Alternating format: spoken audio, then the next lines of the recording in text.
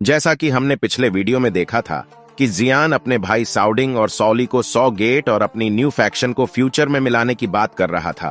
तभी नालन यनरैन आ जाती और वो जियान को अपनी टीचर के बारे में बताती है और फिर जियान नालन यनरैन के पीछे यूनियन से मिलने के लिए जाने लगता है यहाँ तक।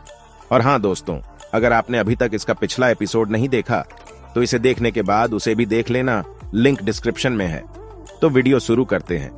अभी के लिए जियान सोचता है कि नालन यनरैन मुझे किसी जाल में फंसाकर मेरे ऊपर धोखे से अटैक न कर दें, लेकिन जियान को अपने ऊपर यकीन था कि अगर ऐसा कुछ होता भी है नालन यनरैन को बड़ी आसानी से किल कर सकता हूं। अब जियान और नालन यनरैन यूनलेन सेक्ट में पहुंच जाते हैं और जियान आसमान से यूनलेन सेक्ट को देखता है जो कि अब पूरी तरह से खाली था। और फिर नालन यनरैन गुस्से में जियान को देखकर कहती है कि क्या तुम यूनलेन सेक्ट का ये हाल करके अब खुश हो?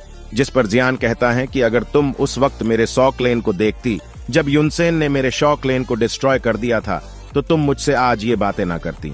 अब नालन यनरैन जियान को बड़ी गौर से देखने लगती है और उसमें खो जाती है। और फिर नालन यनरैन सोचती हैं कि मुझे यह वह लड़का नहीं लगता, क्योंकि अब ये पहले से बहुत ज्यादा मैच्योर हो गया है, क्योंकि जियान ने इतने सालों में बहुत कुछ बर्दाश्त किया है। अब इसके साथ ही नालन यनरैन को वो पल याद आ जाता है जब जियान के साथ उसने अपनी एंगेजमेंट तोड़ी थी। और तब नालन यनरैन ने शॉ क्लेन में जाकर जियान ने फादर को वो बातें बोली थीं जिनकी वजह से पूरे शॉ क्लेन, जियान और जियान के फादर को पूरे बूटान सिटी के सामने बड़ी शर्मिंदगी का सामना करना पड़ा था।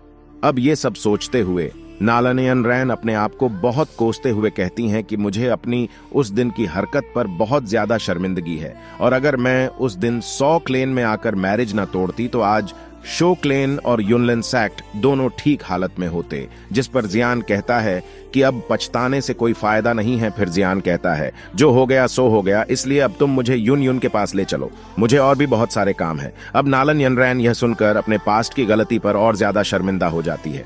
अरे भाई, शर्मिंदा हो भी क्यों ना, अगर यह उस दिन जियान से मैरिज ना तोड़ती तो आज ये उसकी बीवी होती। और फिर नालन यनरैन कहती है कि जियान, मैं जानती हूं कि तुम मुझे इतनी आसानी से माफ नहीं करने वाले हो, और इसलिए मैं तुम्हें कहना चाहती हूं कि मैं एक बेवकूफ हूं जो चीजों को अच्छे से पहचान नहीं पाती। और फिर नालन यनरैन यूनलेन सेक्ट के माउंटेन पर जियान को लेकर आ जाती है और नालन यनरैन जियान से कहती है मैं और टीचर यूनलेन सेक्ट को छोड़कर चले जाएंगे। जिस पर जियान यह सुनकर हैरान हो जाता है और कहता है कि तुम लोग आखिरकार जाओगे कहां पर? जिस पर नालन यनरैन कहती हैं कि दाऊजी कॉन्टिनेंट बहुत बड़ा है और मैं भी टीचर के साथ कॉन्टिनेंट में घूमना फिरना चाहती हूँ। और ये कहकर नालन यनरैन अब जियान को अपनी टीचर यूनियन के साथ अकेला छोड़कर वहां से चली जाती है। और फिर हम लोग देखते हैं यूनियन को जो कहती है कि जियान, तुम आखिरकार आ ही गए। जिस पर जियान यूनियन से पूछता है कि तुम जामा एम्पायर को छोड़कर क्यों जाना चाहती हो? जिस पर यूनियन कहती है कि यूनलेन सेक्ट जामा एम्पायर से खत्म हो चुका है और अभी के लिए मेरा भी यहाँ रुकने का कोई मतलब नहीं बनता। जिस पर जियान यूनियन से कहता है कि दाऊजी कॉन्टिनेंट में सारे खतरनाक एक्सपर्ट है और तुम एक लेडी हो और तुम्हारे लिए दाऊजी कॉन्टिनेंट में घूमना सेफ नहीं है, और जामा एम्पायर जैसा भी हो तुम यहाँ पर सेफ रहोगी। जिस पर यूनियन एक स्माइल करती है और कहती है कि मैं एक दाऊ हांग लेवल पर हूं तो किसी के लिए भी मुझसे पंगा लेना आसान नहीं होगा, और अभी के लिए तुमने यूनलेन सेक्ट को बर्बाद किया और मुझे पता है कि तुमने ये सब अपने शॉ क्लेन का बदला लेने के लिए किया है, और मैं तुमसे इस बात पर नफरत नहीं करती हूं जबकि तुमने मेरे टीचर को भी किल किया है। मैं तब भी तुमसे नफरत नहीं करती। यह सुनकर जियान इमोशनल होकर कहता है कि तो फिर तुम क्यों जाना चाहती हो? अगर तुम मुझसे नफरत नहीं करती हो और वैसे भी मेरे पास स्ट्रैंग एक्सपर्ट की कमी है, तुम मेरे साथ रुक जाओ और मेरे कामों में मेरी हेल्प किया करो। जिस पर यूनियन कहती हैं कि मैं ऐसा नहीं कर सकती क्योंकि मैं यूनलेन सेक्ट की सेक्ट लीडर थी। जिस पर जियान गुस्से में अपनी कहता है कि अपने सेट लीडर के स्टेटस की वजह से तुमसे सेक्ट में रुक नहीं सकती। अब यूनियन बहुत ज्यादा दुखी होकर जियान से कहती हैं कि वैसे तो मुझे तुमसे बदला लेना चाहिए, मगर तुम्हें पता है कि मैं ऐसा कभी भी नहीं करूंगी, इसलिए मेरे लिए यही बेहतर होगा कि मैं यहां से चली जाऊं। और हाँ, मैंने सुना है कि तुम एक न्यू फैक्शन बना रहे हो। और फिर यूनियन एक स्माइल के साथ जियान को एक डार्क ग्रीन कलर की रिंग देकर कहती है कि यूनलेन सेक्ट ने इतने सालों में जो भी हासिल किया है वो सब इस स्टोरेज रिंग में है, और यह मेरे किसी काम की भी नहीं है, इसलिए यह मैं अब तुम्हें देती हूं। जिस पर दुखी होकर फिर से कहता है कि क्या तुम्हारा जाना जरूरी है? जिस पर यूनियन जियान के चेहरे पर बहुत प्यार से हाथ फेर कर कहती हैं कि यूनियन सेक्ट के बर्बाद होने के बाद मैं दाऊजी कॉन्टिनेंट में जाना चाहती हूँ, मगर मैं एक दिन वापस तुम्हारे पास जरूर लौट कर आऊंगी और फिर मैं तुम्हारे साथ खड़ी होने के लिए भी तैयार हो जाऊंगी। अब जियान यूनियन की बातें सुनकर बहुत ज्यादा नीरस हो जाता है। अब यूनियन भी कुछ सालों पहले उस मैजिकल बेस्ट माउंटेन रेंज में जो हुआ था उसको याद करके हंसने लगती है, जिस पर जियान यूनियन को गले लगकर जोरों की झप्पी देकर कहता है कि तुम्हारा क्या मतलब है।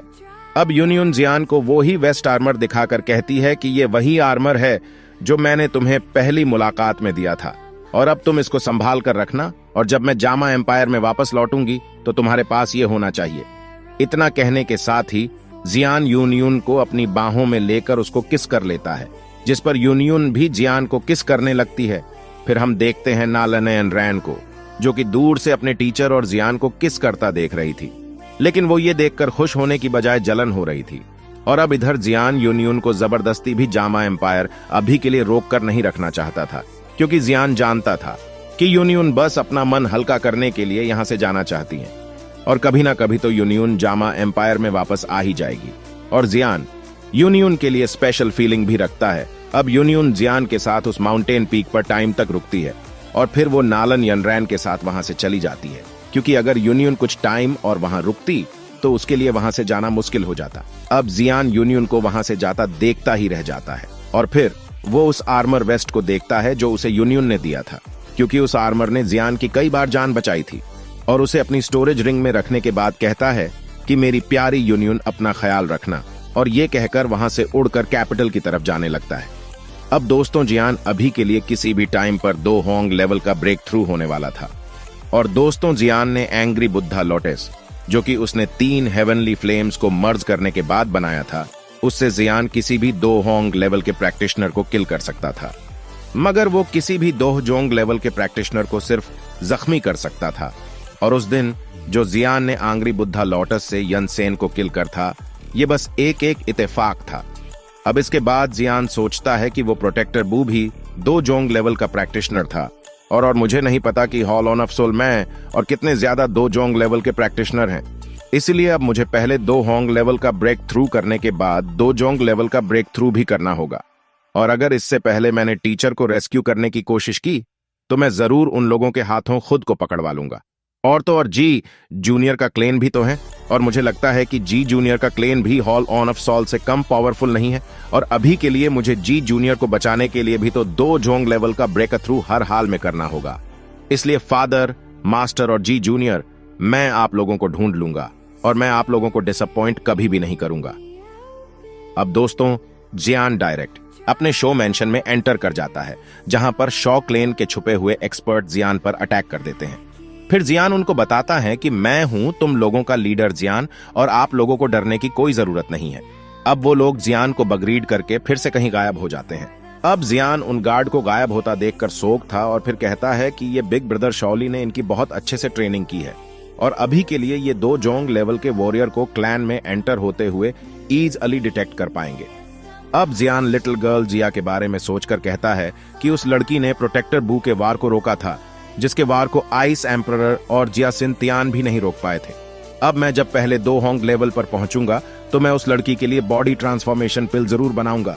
फिर मैं भी तो देखूं कि आखिर उस लड़के की ओरिजिनल फॉर्म क्या है, जिसके बारे में मास्टर ने मुझे बताया था। अब दोस्तों इसके बाद जियान आकर अपने दोनों के बड़े भाइयों से मिलता है और जियान अभी के लिए अपने भाइयों को यूनियन वाली बात नहीं बताता है जो उनके बीच माउंटेन पीक पर रहकर हुआ था। अब जियान अपने बड़े भाई साउडिंग से कहता है कि बिग ब्रदर साउडिंग, आप चेयरमैन फार्मा और जामा एम्पायर के बाकी सभी के बड़े क्लेन के हेड को मीटिंग हॉल में कल यहां पर बुला लो। अब टाइम आ चुका है कि हम न्यू फैक्शन बनाएं जो हमारे शॉ क्लेन को अच्छे से प्रोटेक्ट करने के काबिल हो। अब ये सुनकर साउडिंग और सॉली बहुत ज्यादा खुश हो जाते हैं और अपने भाइयों को इतना ज्यादा खुश होता देखकर जियान कहता है कि फादर, हमारा आपकी विश के साथ ही क्लेन यूनियन सैक्ट से भी आगे निकल चुका है और अब तो हमारा 100 क्लेन जामा एम्पायर का ओवरलॉर्ड बनने वाला है। आप दोस्त भी इसके अगले ही दिन शो मेंशन को देखते हैं, जिसके आगे बहुत सारे गार्ड खड़े थे जिनका डिफेंस बहुत ही ज्यादा टाइट था और अभी के लिए फिर हम देखते हैं शो मेंशन के मीटिंग हॉल को, जहां पर अभी के लिए हमारे आइस एम्परर और जियान हंसी मजाक कर रहे थे, और उसके साथ ही वहां पर 2 सीटों पर एक क्वीन मेडुसा और एक लिटिल गर्ल जिया बैठकर इधर उधर देख रहे थे। और दोस्तों, इसके साथ ही आज का यह एपिसोड यहीं खत्म होता है। और अगर आप सभी अगला एपिसोड चाहते हो, वीडियो को लाइक और चैनल को सब्सक्राइब कर लो। तो फिर मिलते हैं अगली वीडियो में। अभी के लिए बाय बाय दोस्तों।